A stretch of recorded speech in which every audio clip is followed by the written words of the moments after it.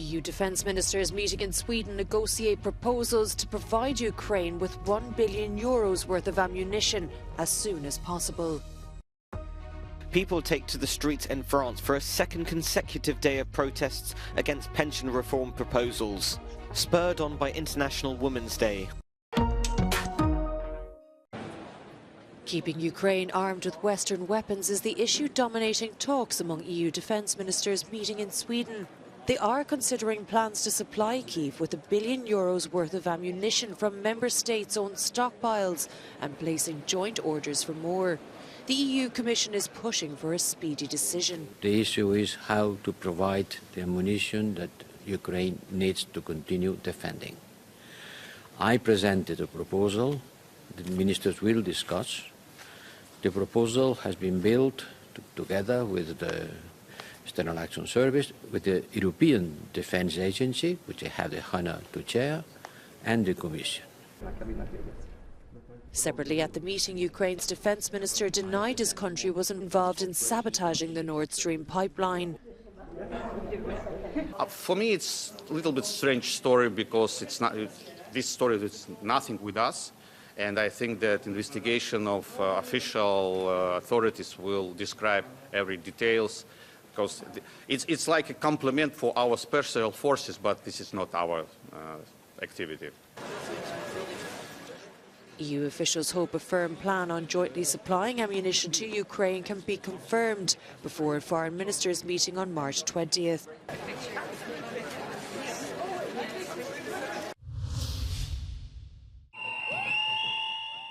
Georgians have continued to vent their anger on the streets, demonstrating against the controversial Foreign Agents Bill. If it passes, all media and NGOs that have more than 20% foreign funding will be considered as foreign influence agents.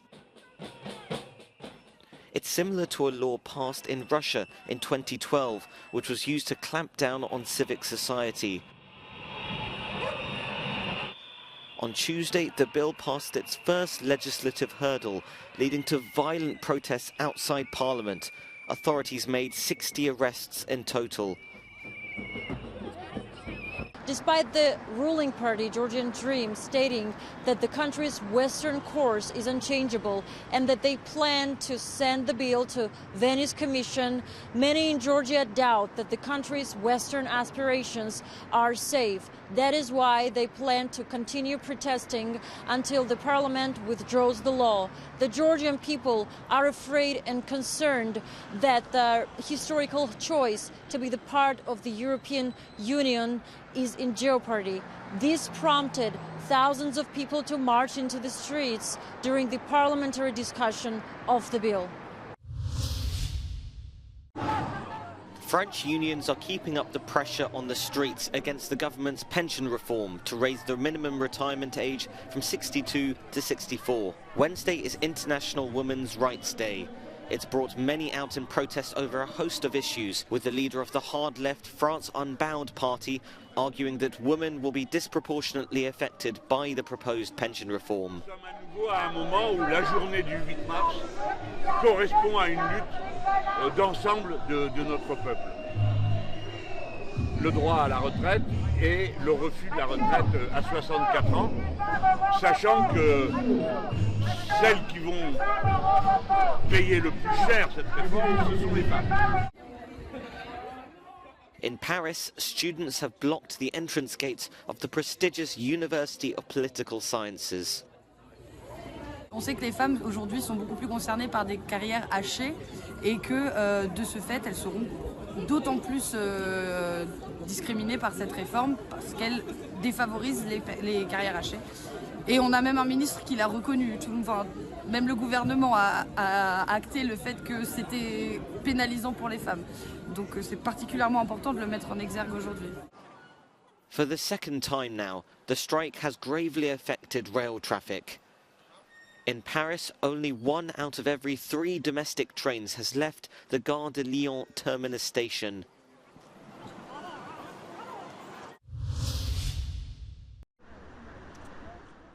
Controversy rages over the British government's immigration bill, which plans to bar migrants arriving in small boats from submitting asylum applications. The British Home Secretary, Suella Braverman, has assured on Wednesday that it does not break the law. We're not breaking the law, and no government representative has said that we're breaking the law. In fact, we've made it very clear that we believe we're in compliance with all of our international obligations. We do need to take compassionate but necessary and fair measures now, because there are people who are dying to try and get here. They are breaking our laws. They are abusing the generosity of the British people. In a tweet, the United Nations High Commissioner for Refugees has denounced the British bill, stating that, if passed, it would amount to an asylum ban and will be a clear violation of the Refugee Convention. It's quite interesting. Sometimes on the drone footage you can see somebody... Under plans unveiled Tuesday by British Prime Minister Rishi Sunak, so-called illegal immigrants arriving in the UK by crossing the English Channel will not have the option of seeking asylum and will be arrested before being deported. That are starting to now bear fruit. Joshua Alonso lost his mother 6 years ago to her ex-partner. At the age of 25, he has to take care of his 8-year-old brother. They are among the 391 children orphaned since 2013 because of domestic violence in Spain.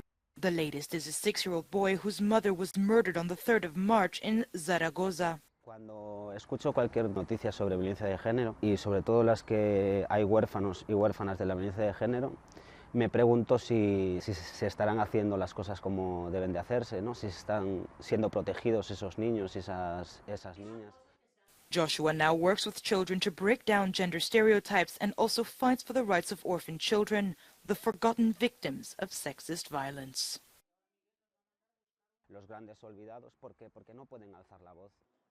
It was not until 2015 that these orphans were recognized as direct victims of gender-based violence. Since then, efforts have been made to ensure they have access to an orphan's pension.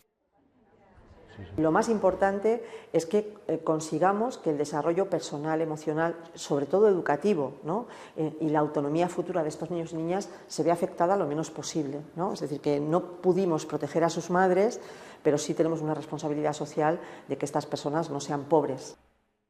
But it's not just economic reparations. Fanny Sanchez Juan works with survivors of gender violence so that they can overcome a trauma they will have to learn to live with for the rest of their lives. Lo primero es que has perdido a tu madre, por supuesto, has perdido el vínculo primario, el vínculo de más confianza, de apego más sólido y además has perdido a tu padre, que le llamamos padre, pero a mí me gusta mucho diferenciar, ¿no? Un padre es alguien que te cuida, alguien que mata a tu madre no es un padre. Te quedas sin todo aquello que te sostenía.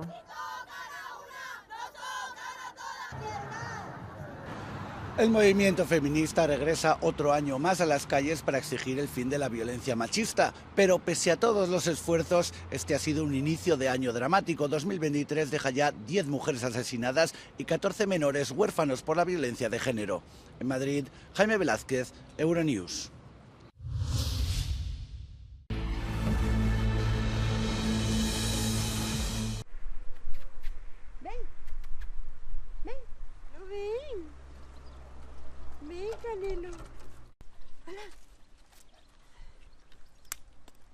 El mayor de todos, el más grande. El que tiene que dar ejemplo. Agresión física, psicológico, económico, sexual, social, de todo. La psicológica es la peor que hay. Primero porque no la puedes demostrar y segundo porque esa, para tú superar todos esos traumas, cuesta muchísimo trabajo.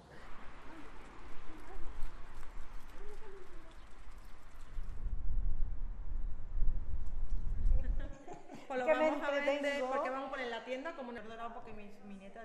Unas 75.000 mujeres en Biogen que necesitan protección y solamente hay recursos para poner dispositivos para 3.500. ¿Cómo puede ser? Si en vez de mujeres anónimas fueran futbolistas de primera división, sacarían los geos a la calle para defenderla y protegerla.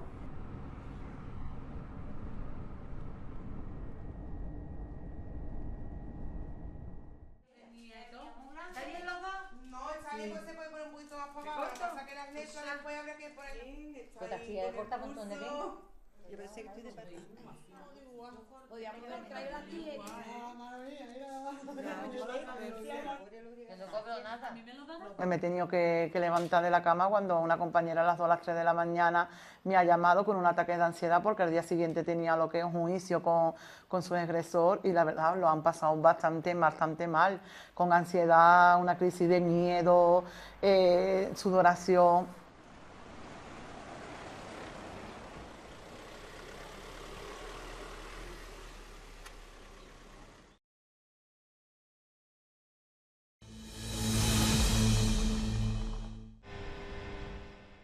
What's being hailed as the world's first cross-border carbon storage project has been inaugurated in Denmark.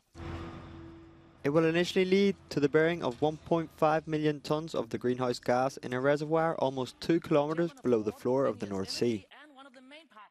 At the launch event, the European Commission President said it was a triumph for European cooperation.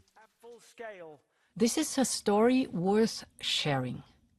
It's a European success story of cross-border cooperation, CO2 that is captured in Belgium and soon Germany, is loaded onto ships in the port of Antwerp-Bruges, and stored thanks to Danish pioneering spirit.